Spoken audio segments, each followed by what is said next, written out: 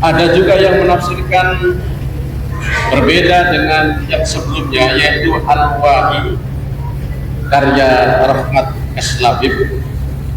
Beliau menafsirkan kata as-silmi ini secara tekstual. Kata beliau, pokoknya syariat Islam itu adalah sebagaimana tertulis secara tekstual di dalam Al-Quran maupun hadis, sehingga menurutnya di dunia ini tidak ada hukum kecuali dibagi dua, yakni hukum Islam dan hukum jahiliyah.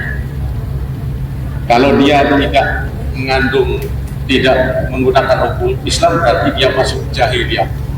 Nah, tafsiran inilah yang sering digunakan oleh saudara-saudara kita, katakanlah sebagai, ada yang menyebutnya sebagai garis keras, harus menegakkan syariat Islam, perlu mengganti hukum dengan hukum Islam. Nah, akan tetapi sebenarnya banyak ahli tafsir lain yang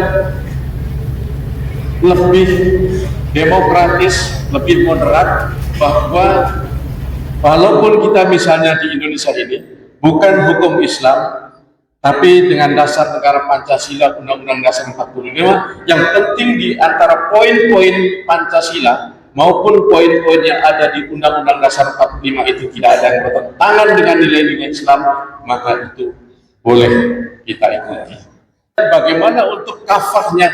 Kafahnya ada yang menafsirkan, silakan masing-masing kita ini berusaha bisa. Contohnya begini,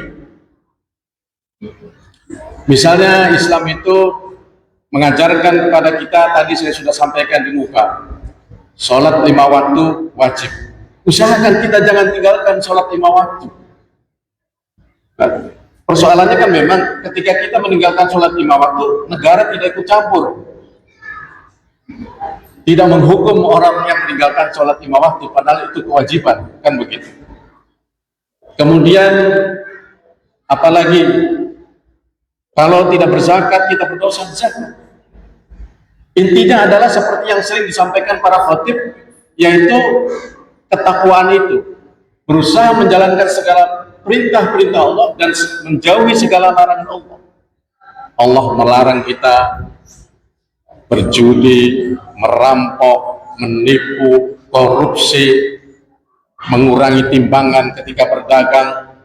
Nah, itu kalau kita tinggalkan semua, ya, semua kita berusaha apa yang menjadi perintah-perintah Allah kita laksanakan, kita amalkan, dan apa yang menjadi larangan Allah kita jauhi, kita hindarkan. Nah, itu sebagian ahli tafsir, insya Allah kita secara individual sudah menjalankan Islam secara kafah.